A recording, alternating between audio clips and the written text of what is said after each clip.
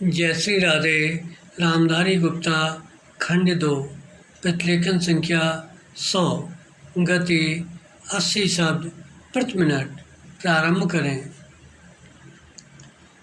महोदय, हमारे बीच आज पाकिस्तान के अध्यक्ष की उपस्थिति इस सुखद परिवर्तन का प्रमाण है। विराम। व्यक्तिगत असुविधा के बावजूद उन्होंने गणराज्य दिवस समारोह देखने के लिए हमारा निमंत्रण स्वीकार किया और वे यहाँ पधारे हैं।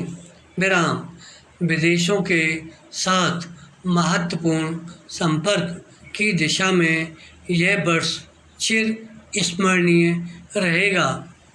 इस वर्ष बाहर से कई एक सम्माननीय महानुभाव हमारे देश में आए। विराम। उनमें युगोस्लाविया के राष्ट्रपति, चीनी लोक राज्य के प्रधानमंत्री, श्रीलंका के प्रधानमंत्री और इंडोनेशिया के प्रधानमंत्री का मैं विशेष उल्लेख करना चाहूँगा। विराम। इन महान नेताओं का स्वागत करना हमारा सौभाग्य था। विराम। रूस, चीन तथा अफ़गानिस्तान के सांस्कृतिक शिष्टमंडल भी इस वर्ष हमारे देश में आए। विराम। इन शिष्टमंडलों को भारत में बहुत लोकप्रियता मिली। विराम। ऐसे आगमनों और राष्ट्रों में सांस्कृतिक शिष्टमंडलों के आदान प्रदान की उपादेयता निश्चय ही बहुत अधिक है। विराम। पैरा। संयुक्त राष्ट्र संघ के आदर्शों में हमारी आस्था यथापूर्ण स्थिर है। फिर भी मेरे विचार से विभिन्न भूखंडों के राष्ट्रों द्वारा सामान्य समस्याओं पर विचार करने के लिए पारस्परिक विचार विमर्श उस महान विश्व संगठन के उद्देश्य अथवा आदर्शों के प्रतिकूल नहीं। विराम। एशिया और अफ्रीका के राष्ट्र इंडोनेशिया में अपना एक सम्मेलन कर रहे हैं जिसमें वे निजी समस्याओं पर विचार करेंगे। मुझे बहुत प्रसन्नता है कि बोगोर सम्मेलन और प्रस्तावित जकार्ता सम्मेलन का आयोजन करने में भारत कुछ सहायता कर सका है। विराम। यह सब कार्य निश्चय ही बहुत बड़े हैं। इनमें हमें आगे बढ़ने के लिए दृढ़ संकल्प और आत्मविश्वासी बने रहने की प्रेरणा मिलती है। यह उस नए युग का आरंभ मात्र है जिस भू पर उतरने की हम प्रतिज्ञा कर चुके हैं। जो महान कार्य हमने अपने ऊपर लिए हैं उन्हें संपन्न करने के लिए भारत को अपने प्रत्येक नागरिक की सद्भावना, सहयोग तथा सहायता की अपेक्षा है।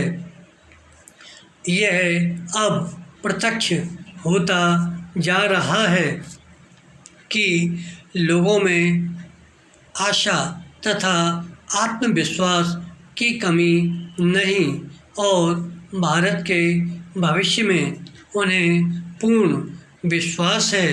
विराम। ये शुभ लक्षण हैं। विराम। अपने पिछड़े हुए और दलित भाइयों से दो शब्द कहकर मैं इस संदेश को समाप्त करता हूँ। हम अपनी प्रतिज्ञाओं से मार्गदर्शन और उन उच्च आदर्शों से उत्प्रेरित हों जिनका सदियों से भारत ने आदर किया है और जिनका फिर से स्मरण कराने के लिए महात्मा गांधी ने इतना गंभीर प्रयत्न किया। जो भारत में सच्चा कल्याणकारी राज्य स्थापित करने के लिए कटिबद्ध हैं।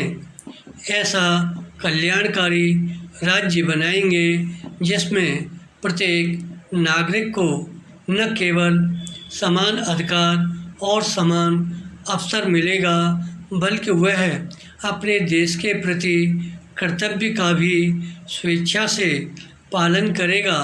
मेरी आज यह प्रार्थना है कि हमारा यह आदर्श ध्रुव तारे के समान हमारे पथ प्रदर्शन के लिए हमें प्रेरणा देने के लिए सदा हमारे सामने रहे।